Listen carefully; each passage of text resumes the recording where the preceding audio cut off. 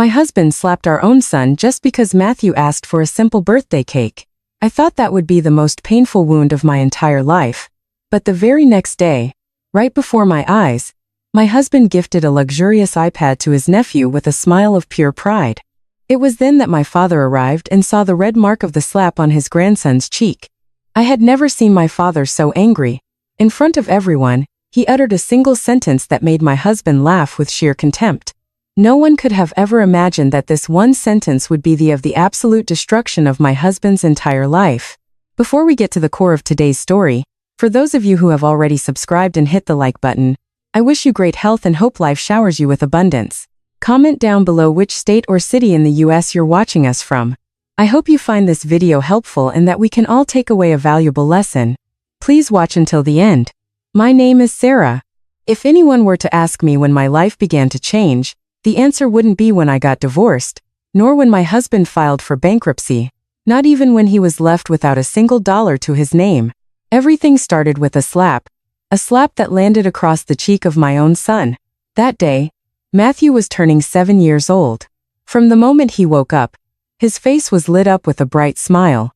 He hugged me several times, asking if he would really get to blow out birthday candles that night just like his classmates at elementary school did. I just smiled and nodded my head. Deep down, however, I was agonizing over how to make that simple wish come true. I wasn't a rich mother. Ever since I married David, he had single-handedly controlled all of our income. He only gave me just enough cash for groceries at the supermarket, strictly limiting even what I could buy for Matthew's basic needs. I often had to scrape together my daily budget penny by penny. For almost 3 weeks, I had been secretly taking in small clothing alteration and sewing jobs from the neighbors in our subdivision. At night, after Matthew went to sleep, I would sit and sew until my eyes stung. The pay wasn't much, but it was just enough to buy a small birthday cake from the local bakery. It wasn't a tiered cake or anything expensive, just a simple cake with 7 candles. I just wanted to see Matthew smile. That was all. That morning, while I was counting the few dollar bills and quarters I had earned from sewing, David suddenly walked into the bedroom. "What is that?" he asked. Instinctively, I covered the money with my hand. "Nothing." David grabbed my arm roughly. A few dollar bills slipped into plain sight. "Why are you hiding that?" I tried to smile. "Today is Matthew's birthday. I want to buy him a small cake." I hadn't even finished speaking when David's expression changed completely. Without a word, he snatched all the money right out of my hand. As a reflex, I tried to stop him. "I earned that money sewing, and it's for Matthew." David shoved the bills into his leather wallet. "You spoil the kid too much." But he only once. I couldn't finish before David cut me off. Having a birthday doesn't make anyone special. Besides, blowing out candles is a waste of money. I could only lower my head, not out of fear, but because I didn't want Matthew to hear us fighting. As he walked out of the room, David still found the time to add, "Don't ever teach the boy to ask for stupid things." I closed my eyes. The weight crushing my chest wasn't about the money he had taken, but the heartbreaking reality that my own husband had never once tried to understand his son's feelings. By mid-afternoon, the house started filling up with people. My mother-in-law, Barbara, arrived along with my sister-in-law and her family for our typical Sunday cookout. It was a tradition for them to gather at our suburban McMansion on the weekends, but oddly enough, every time they came over, David's attention was always entirely focused on his nephew, Hunter. The boy was barely 11 years old, yet almost anything he asked for was handed to him on a silver platter. Sometimes it was a pair of expensive Air Jordans, other times an Apple Watch, or a pricey new video game. Meanwhile, Matthew was always told to yield. If they fought over a toy, Matthew was the one forced to apologize. If there was one last piece of food, Matthew had to share it. If there were gifts, Matthew was always the last to get anything. At first, I thought it was all in my head, but over time, the blatant favoritism became undeniable. That afternoon, everyone was eating together in the family room. My mother-in-law praised her grandson Hunter several times because he had just made the honor roll at his middle school. David smiled with beaming pride. "It's only right that your uncle gives you a reward," he said. Everyone laughed. In a corner of the room, Matthew sat quietly playing with a plastic spoon. Every now and then, he would look over at me. His eyes seemed to ask, "Mommy, where is my cake?" I felt my heart being wrung out like a wet towel. All I could do was gently stroke his hair. "Forgive me, sweetie." Mommy couldn't make your wish come true today. A few minutes later, while everyone was still chatting around the coffee table, Matthew slowly stood up. He walked over to his father. His tiny hands gripped the hem of his own t-shirt out of sheer nervousness. His voice came out as a tiny whisper. "Dad." David was glued to the screen of his iPhone. "What is it, Matt?" Matthew took a deep breath. Can I ask for a small birthday cake?" The room fell into a dead silence. All eyes locked onto Matthew. I saw a faint smile form on my son's face. Maybe he thought his father would soften. Maybe he believed that every kid has the right to ask for a present on their birthday. But the very next second, smack. The sound of a heavy slap shattered the silence. Matthew's little body was thrown backward until he hit the hardwood floor. His hand was still clutching the plastic spoon, which went skittering under the table. "Mommy." His voice was a choked, breathless whisper. I immediately ran to scoop him into my arms. His left cheek was bright red. Tears streamed down his face without a sound. Trembling all over, I turned to David. "David, he just asked for a cake." Instead of calming down, David stood up and pointed a finger right in Matthew's face. If he's taught to beg from a young age, he'll grow up to be a spoiled, useless brat. My mother-in-law, Barbara, nodded in smug agreement. "Good for you, David. Children need to be raised with a firm hand." My sister-in-law let out a soft chuckle. I looked at their faces one by one. Not a single person stepped forward to check on Matthew.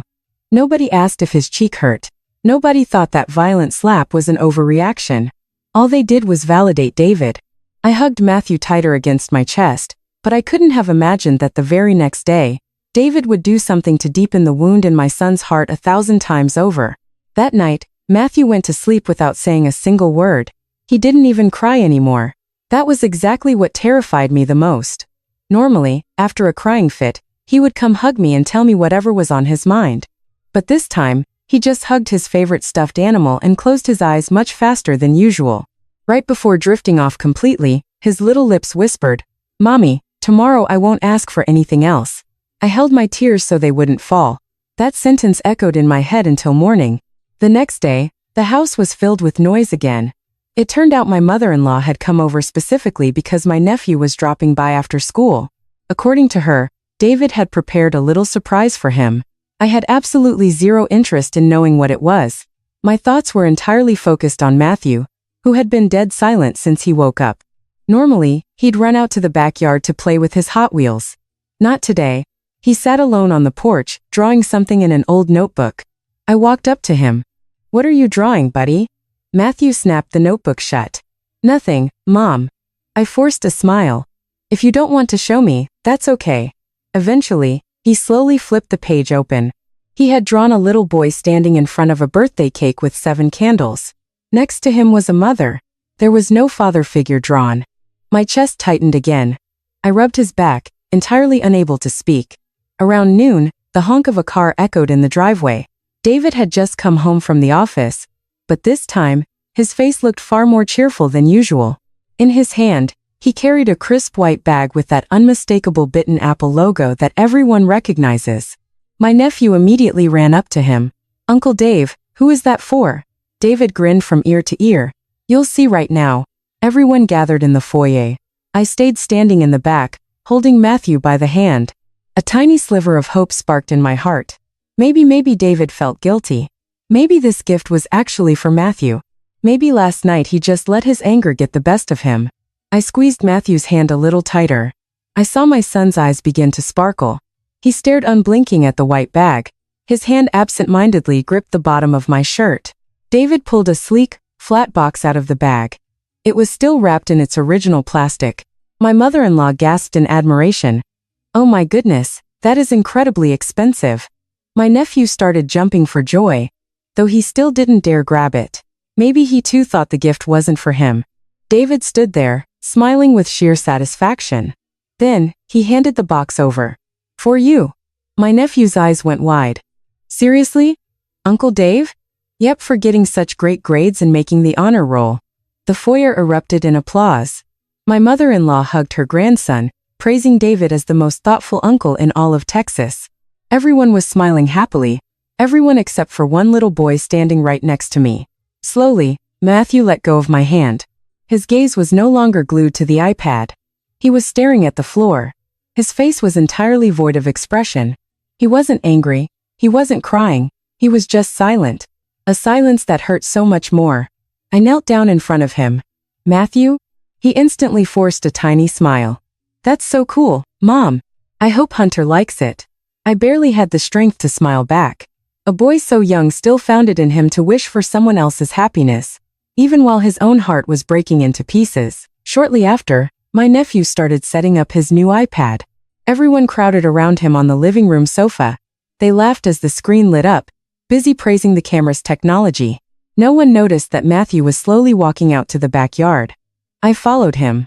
I saw him sit on the back porch steps, playing with a single birthday candle I had stashed in my apron pocket the night before.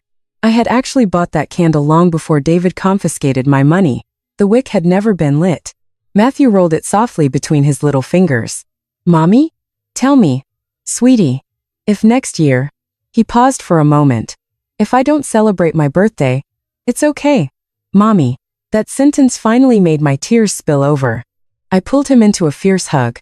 "Don't say that." "Why?" "Because the day you were born was the happiest day of Mommy's entire life." Matthew offered a small smile, but it didn't reach his eyes. A few minutes later, the sound of an SUV pulling up to the front gate caught our attention. I wiped my tears away as fast as I could. A man in his 60s stepped out of the vehicle carrying a rather large gift box. It was my father, Robert. A few days prior, he had called to tell me he wanted to surprise Matthew for his birthday. Because he'd been caught up with business out of state, he hadn't been able to make it until this afternoon. As soon as he recognized his grandpa's car, Matthew jumped to his feet. His face, which had been gloomy since dawn, finally lit up just a bit. "Grandpa!" He ran toward him, but suddenly his footsteps slowed. My father stopped a few feet away from Matthew. His gaze locked instantly onto his grandson's left cheek. There was still a reddish bruised mark that hadn't entirely faded. My father's expression shifted. His warm smile vanished instantly. He set the large gift box down on the hood of the SUV without taking his eyes off Matthew's face.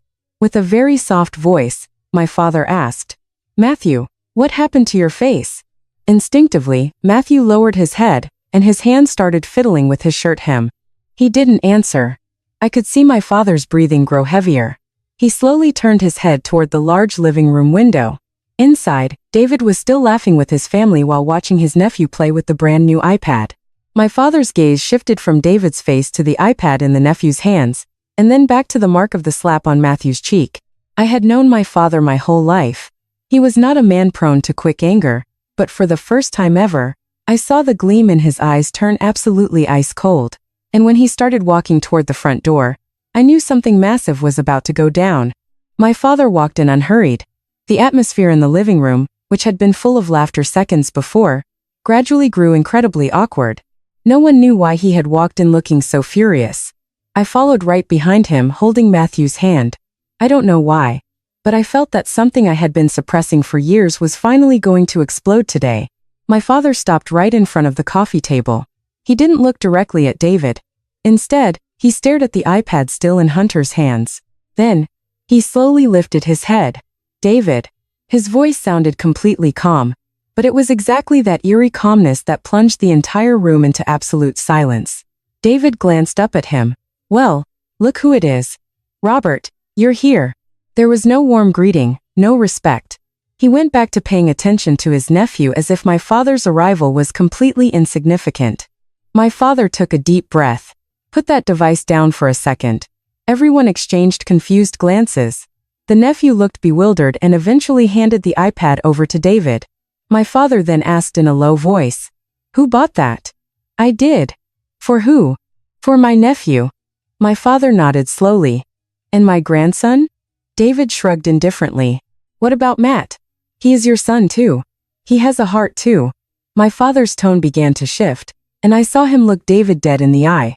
"The one you choose to make happy is someone else's kid." David smirked with arrogant disdain. "Don't push my buttons, Robert. He deserved this gift." My father asked again, "Then what does Matthew deserve?" The room fell silent again. No one dared to answer. A few seconds later, David said in a flat tone, "A lesson." I clenched my fists. My father was still trying to contain his rage. "What kind of lesson?" So he learns that life isn't just about demanding whatever whim pops into his head.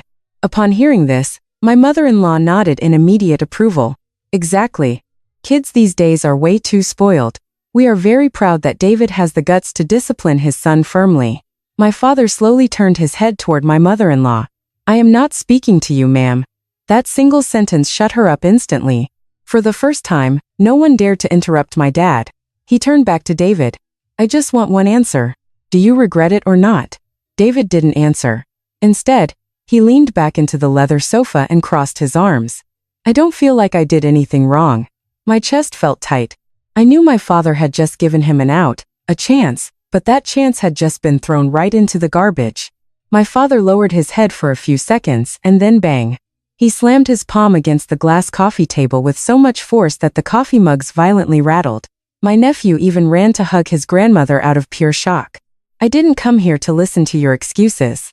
My father's voice was booming now. I came to check on exactly one thing. Do you still have a shred of a heart left, or have you lost it completely to your own arrogance? David stood up, getting defensive. Look, don't exaggerate. I am Matthew's father. I have the right to raise my son however the hell I please. My father took a step toward him. It's true, you are his father. But since when does being a father mean you have the right to trample on your own son's dignity? David was losing his patience. If you don't like how I raise my kid, that's your problem. This is my house, my family, and I don't need any outsiders coming in here giving me orders.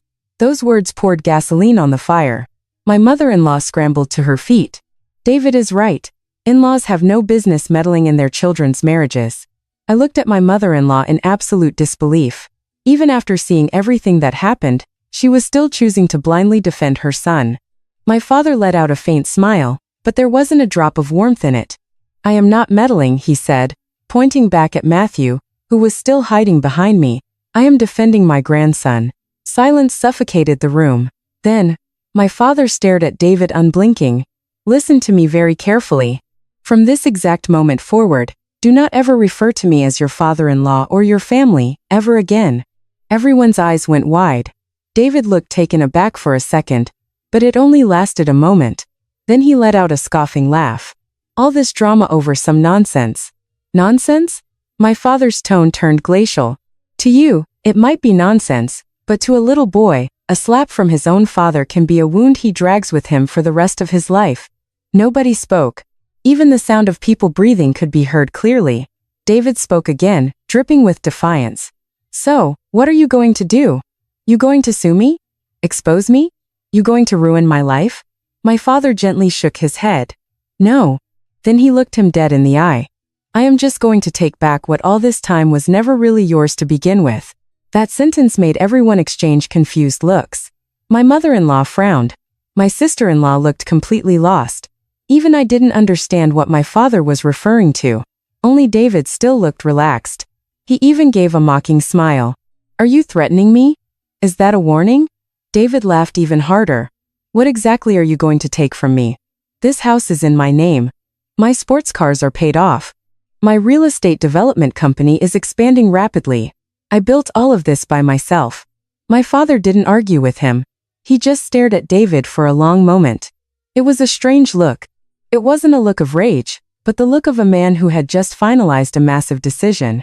He then picked up the gift box he had left near the front door. Before walking out, my dad stopped for a split second. Without looking back, he said in a low voice, David, you are very proud of everything you have today. Hold on to it tightly because starting tomorrow morning, you are going to lose every last bit of it. He walked out. The heavy front door clicked shut. Shortly after, the sound of his SUV engine faded down the street. For a few seconds, silence reigned. Then, David let out a booming theatrical laugh. Your dad is a joke. Just because he's mad, he starts throwing around stupid threats. My mother-in-law smiled too. Let it go. You how older folks get. He'll get over it. I just stared at the door my father had just walked through. I didn't know why, but I felt deep in my gut that this threat was not just an emotional outburst. I had known my dad my whole life. He never said anything without a solid reason, and for the very first time, I began to fear what would happen when the sun came up the next morning. That morning, I woke up earlier than usual. The house was dead quiet. David had already left for his corporate office downtown before the sun was even fully up. He said he had a critical meeting with investors and major developers for some multi-million-dollar high-rise projects down in Miami. I didn't think much of it. My mind was still occupied by the image of Matthew, who since yesterday spent more time silent than speaking. I made a simple breakfast and walked him to the yellow school bus stop. Before stepping onto the bus, Matthew turned to me. "Mommy? Tell me, sweetie, later when I get back, can I give you a really long hug?" I smiled while brushing his hair back. "You can hug me for as long as you want." Matthew nodded softly and walked onto the bus. I watched him until his tiny silhouette disappeared among the other kids. Around 9 a.m., my cell phone rang. David's name flashed on the screen. I picked up, but before I could say a word, I heard David yelling at someone on his end. "What do you mean they canceled the meeting out of nowhere?" I only heard muffled voices on the other end of the line. A few seconds later, the call dropped. I figured he lost his signal. But 15 minutes later, my phone rang again. This time it wasn't David. It was Ashley, his executive assistant. "Sarah? Has Mr. David contacted you?" "Yes. Just a moment ago. If he calls back, please tell him we are desperately looking for him." "Looking for him? What's going on?" The woman's voice was trembling with panic. "Several of our biggest clients just canceled their meetings for today. Out of nowhere. All at the exact same time." "All of them?" "Yes." "Sarah." I started to realize something highly unusual was happening. In all my years married to David, I had never heard of multiple major clients canceling their agendas on the exact same day. By noon, I received another call, this time from David. The moment he spoke, his voice sounded entirely different from his usual cocky tone. It was higher, faster, like someone frantically trying to suppress a panic attack. "Sarah, did your father contact you?" I stayed quiet for a second. "No." "Are you sure?" David let out a long, shaky exhale. "Forget it." And he hung up again. I was getting more and more confused. It was the first time David had mentioned my father since yesterday's blowout. By mid-afternoon, I was just about to go pick Matthew up when my phone buzzed again. This time it was a short text. David was just asking me to come down to his office. When I arrived, the atmosphere was completely, entirely off. Normally, the corporate lobby was bustling with clients and employees coming and going. Today, it looked like a ghost town. A few employees were huddled up whispering. As soon as they saw me walk in, they fell dead silent. I walked toward David's corner office. The glass door was cracked open. Inside, David was pacing back and forth with his cell phone glued to his hand. His face was ghostly pale. "You finally made it. What is going on?" I asked. He didn't answer directly. Instead, he handed me a heavy folder full of legal documents and certified FedEx letters. I read them one by one. The first was a breach of contract notice for the construction of an industrial park. The second came from a massive residential real estate developer. The contents were practically identical. They had decided to immediately suspend all negotiations. I looked up. How could this happen? That is what I'm trying to figure out. David took a ragged breath. All of this happened in a matter of hours. Before I could reply, a knock came at the door. The chief operating officer walked in, his face tight with stress. "David, it's getting worse. The Steel Supply Corporation just contacted us. They are refusing to send any materials until there is a guaranteed proof of funds." David jumped up. "We've never had a single problem with them in years. They say the mandate came directly from their corporate headquarters. What's their reason?" The COO shook his head. They refused to give an explanation. They hadn't even finished speaking when the office phone rang. This time, it was the accounting department. The voice coming through the speakerphone brought absolute silence to the room. "Boss, the bank just requested updated financial documentation for everything. They've frozen the disbursement of the credit line that was supposed to clear this week." David's face tightened in disbelief. "That's impossible. We meet every single requirement." Their only response was, verbatim, "There has been a change in the company's risk rating." The line clicked dead. The office was swallowed by a heavy, suffocating silence. For the very first time, I saw David truly, genuinely disoriented. He immediately started dialing several high-powered contacts who had always been buddy-buddy with him. The first didn't pick up. The second went to voicemail. The third rang, but the call was actively rejected. With every call he made, the color drained further from his face. His usual bulletproof confidence was evaporating by the second. As the sun began to set that afternoon, the chief financial officer rushed into the room carrying a dusty, old-looking black binder, like it had been sitting in the archives for years. "David, there's a document you need to see right now." David looked completely fed up. "If it's not life or death, leave it for later." The CFO shook his head. "It is absolutely life or death. And why are you bringing this to me now?" "I just pulled it from the old contracts archive." David grabbed the binder without really looking at it, but before he could open it, his cell phone rang again. He opted to answer the call, tossing the binder onto his mahogany desk. Out of the corner of my eye, I caught a glimpse of the cover. In the bottom right corner, a small typed label read, "Confidential Strategic Investment Agreement." I don't know why, but from the second I saw that binder, I felt that every answer we were looking for was sitting right inside it. The office door closed again after David finished his phone call. His expression was utterly disastrous now. I had never seen him like this. Through all our years of marriage, David had always been so sure of himself. Even when facing problems, he always bragged that anything could be fixed with money and the right connections. But today was different. He was staring blankly at the wall, trying to process what the hell was happening. The CFO was still standing across the desk, pointing at the ignored black binder. "David, we cannot postpone this." David let out a heavy sigh. "What is in that document?" The CFO slowly slid the binder across the desk. "Please, read the very last page." The room went dead silent. David flipped the binder open, looking annoyed. The first few pages contained records of capital injections from years ago. He turned the page. More technical investment details. Then, he finally stopped at a page filled with signatures and corporate notary seals. I saw the light in his eyes completely alter. His forehead creased. He read it again, then for a third time. His hands started shaking violently. David's voice sounded like a weak croak. "What contract is this?" The CFO replied in a low voice. "It is the corporate bailout agreement from 5 years ago."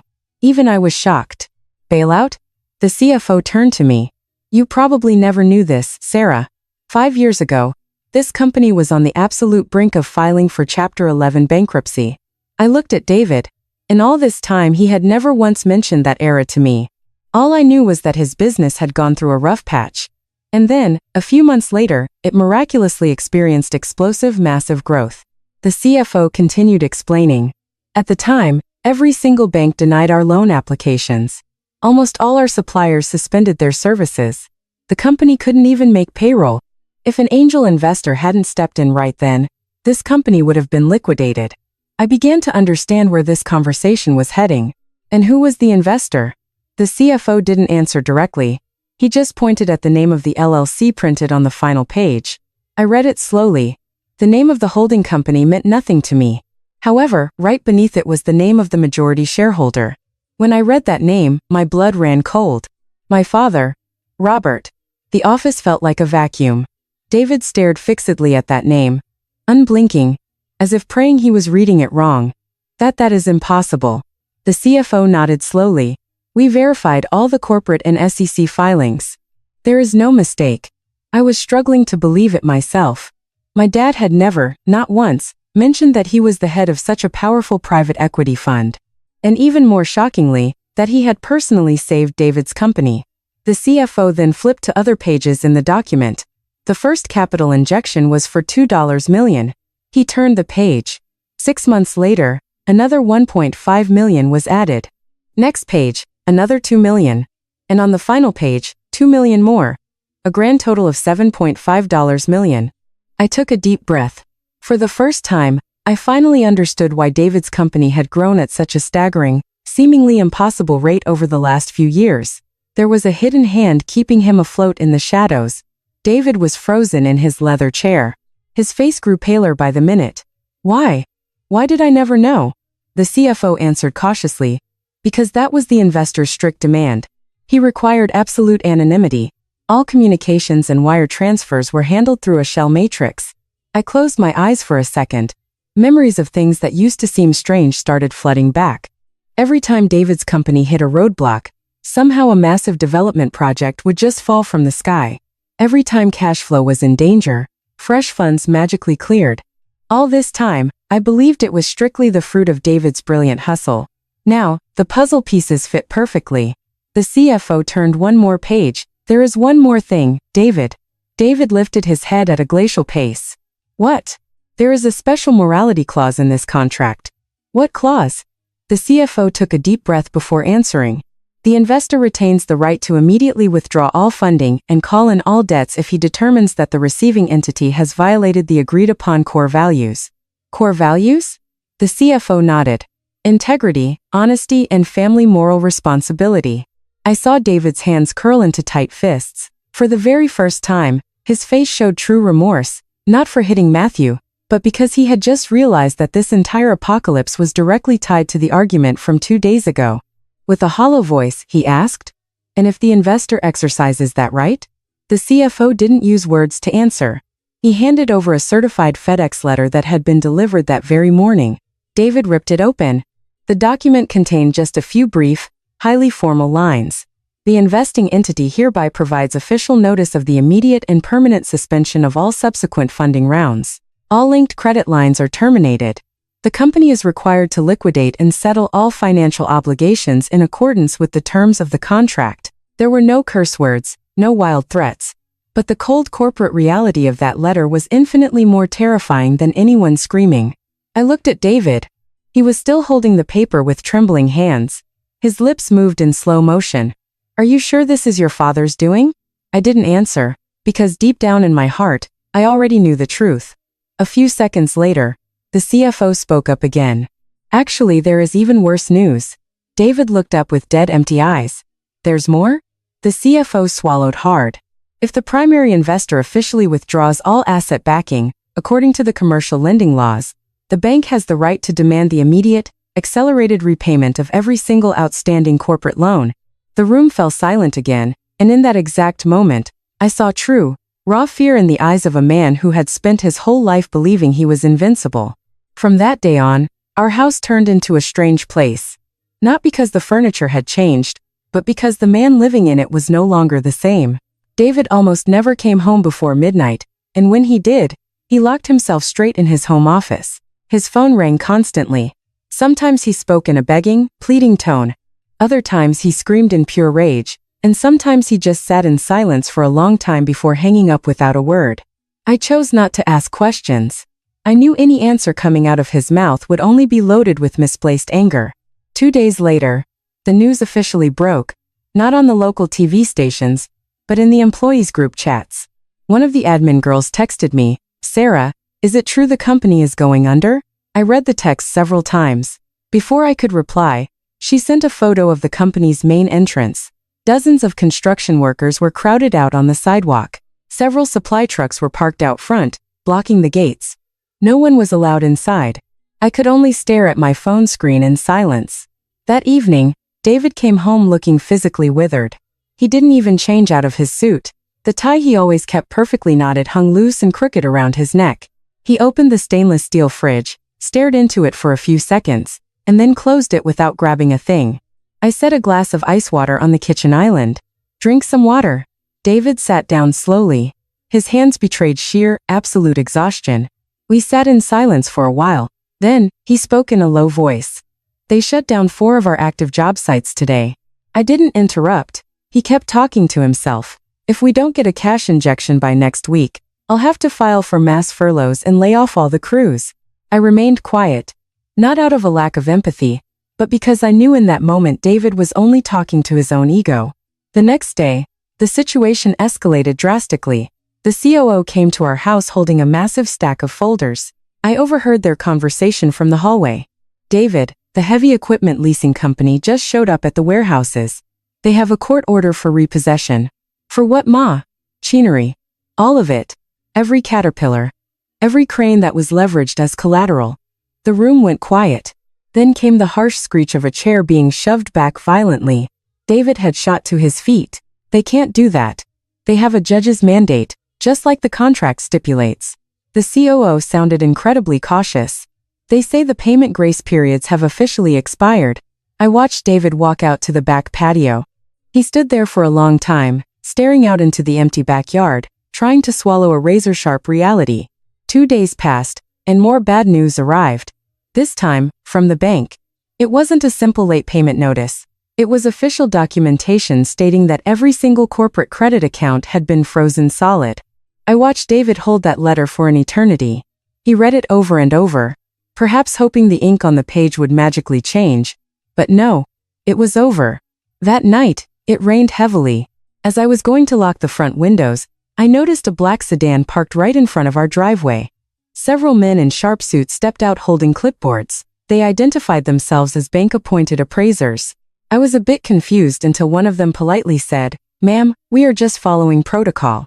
We are here to appraise and inventory all assets listed as collateral in the foreclosure filings."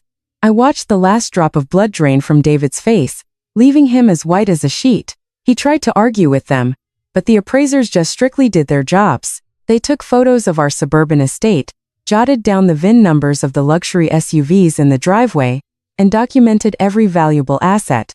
There was no screaming, no drama, and it was exactly that bureaucratic clinical coldness that made the whole ordeal feel so suffocating. The following morning, my mother-in-law, Barbara, rushed over. Her face was a mask of pure panic. "David, you have to fix this mess right now.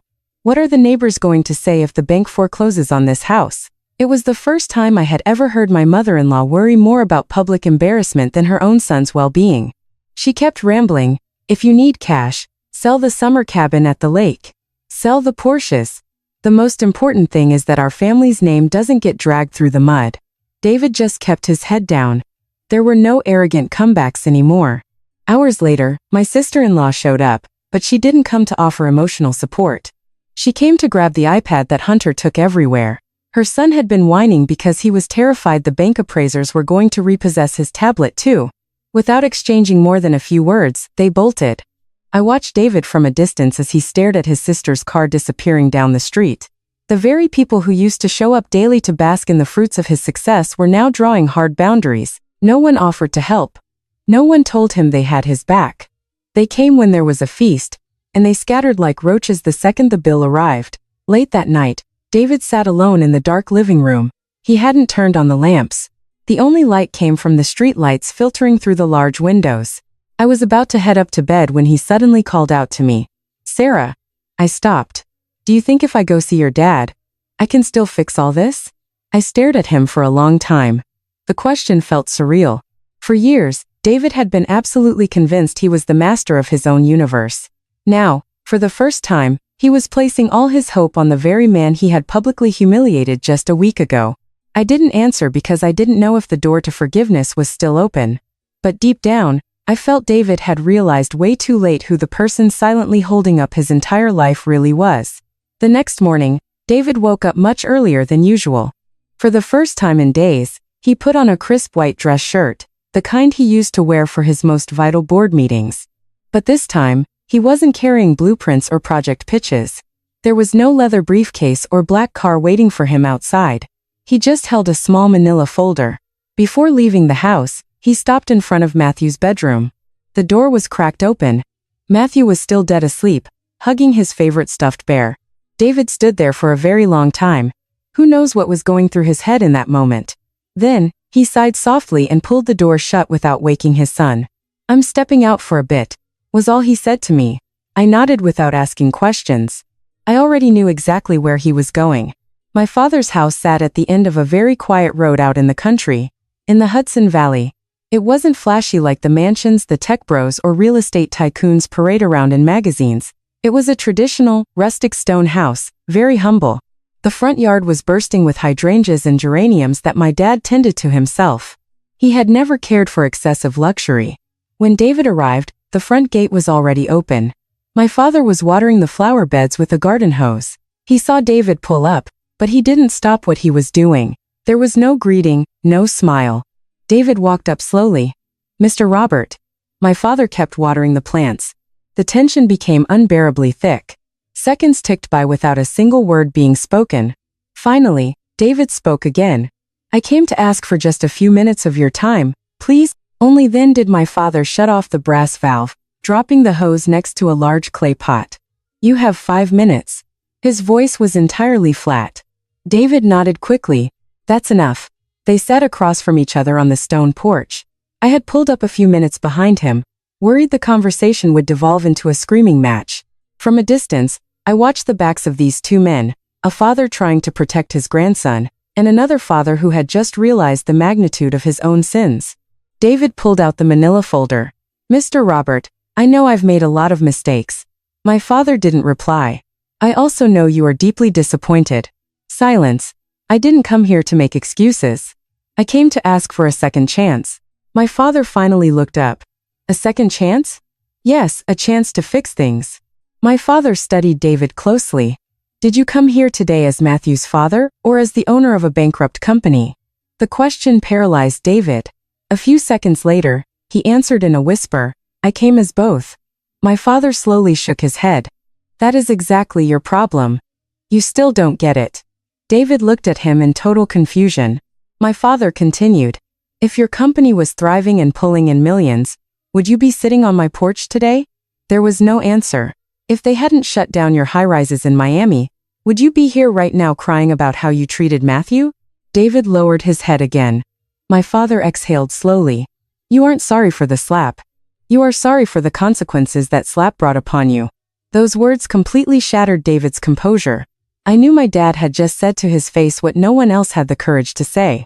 A moment later, David stood up. And then, very slowly, he dropped to his knees right on the hard stone porch. I froze in my tracks. In all our years of marriage, I had never seen David degrade himself like this. "I'm begging you, Robert. Please give me one last chance. I'll fix it all. I will be a good father. I will apologize to Matthew 1,000 times. I will do whatever you ask." David's voice started cracking. "If this company goes under, hundreds of construction workers are going to lose their ability to feed their families." My father listened without interrupting. When David finally stopped talking, my dad slowly stood up. He walked inside the house without uttering a single syllable. David stayed on his knees. His eyes tracked my father's footsteps until he vanished behind the heavy oak door.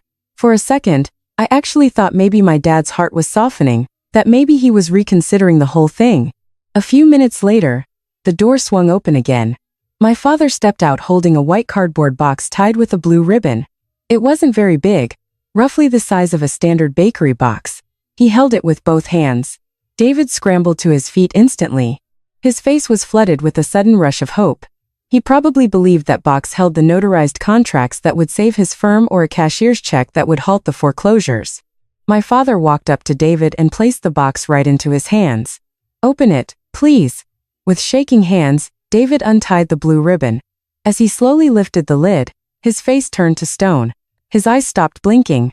His entire body went rigid, unable to make a single sound. I was standing a few yards back, so I couldn't see what was inside the box yet.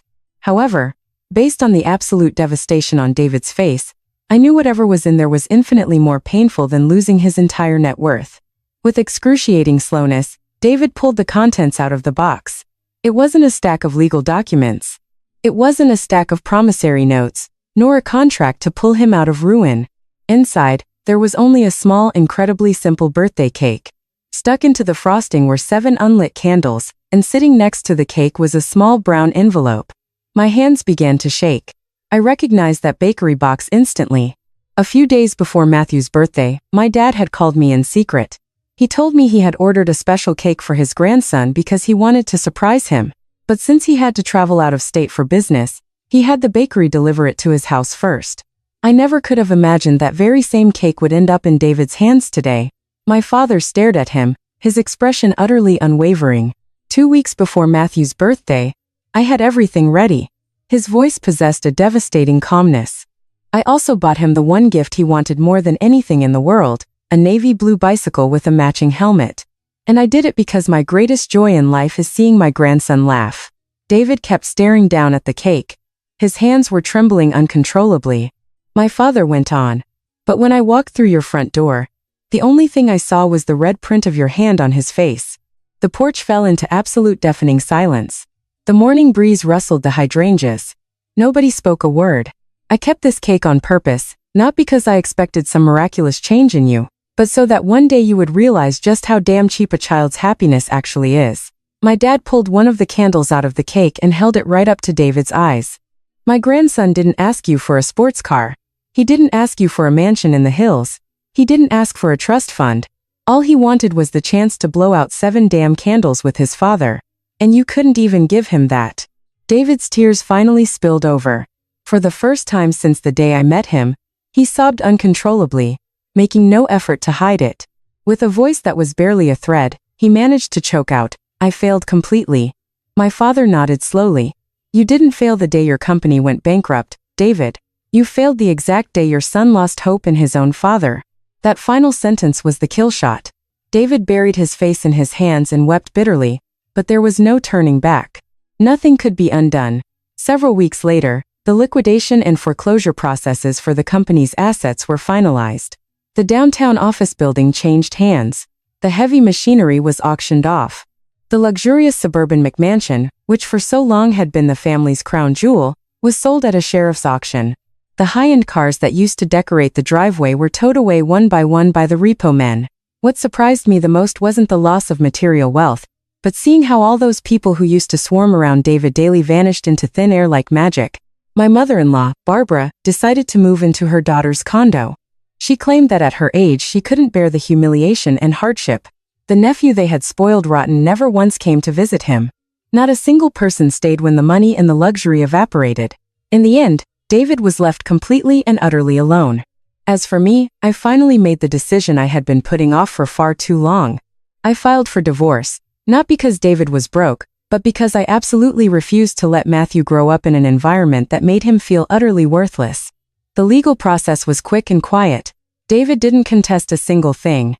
He just sat in the attorney's office with his head down and signed the papers. Before we parted ways for good, he asked me for one single thing. "Can I have visitation rights? Just to see Matt every now and then?" I didn't answer right away. I looked down. Matthew was standing right beside me, holding my hand tightly. With his soft, sweet voice, it was Matthew who answered. "Yes, Dad.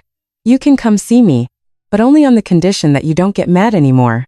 That response, so painfully innocent, made David break down in tears all over again. He nodded over and over, completely unable to speak. But Matthew didn't run to hug him. My son simply waved goodbye to him with a polite, formal little wave and a tight smile. It was in that exact moment that I understood. The wounds in a child's heart can eventually heal, but things will never, ever go back to the way they were before. A few months later, my father invited us to spend Sunday at his house in the Hudson Valley. There, sitting right in the middle of the garden, waiting for us, was a brand new, navy blue bicycle. The very same one that, until now, had only existed in the story he told exactly as he had prepared it. Matthew's eyes went wide as saucers. "Is that for me?" My father gave him a warm smile overflowing with love. "You bet, champ. It's your birthday present." Matthew launched himself at his grandfather, hugging him with all his might. His crystal-clear laughter flooded the garden, a sound I hadn't heard in what felt like a lifetime. That day, we finally lit the 7 candles that hadn't been allowed to shine before. There was no massive party, no expensive catering, no flashy gifts. It was just the 3 of us. Yet, that atmosphere radiated far more warmth than all the wealth I had ever lived around. Right before Matthew blew out the candles, my dad leaned in and whispered to him, "Always remember this, buddy. A person's true worth is never measured by the expensive gifts they receive, but by the unconditional love they feel from the people around them." Matthew nodded, smiling with bright shining eyes. He took a deep breath and said, "Tour. Thanks." I looked up at the orange sunset painting the country sky. For the first time in a very long time, I felt truly, completely free. And watching Matthew laughing hysterically as he pedaled his new bike across the grass, I finally understood it all. The best revenge isn't watching someone lose their fortune. It is making absolutely sure that the person they hurt ends up living a beautiful, happy life, feeling deeply loved and fulfilled. Meanwhile, the one who threw that happiness away will have to spend the rest of their days carrying a heavy, incurable regret, one that no amount of millions could ever buy away.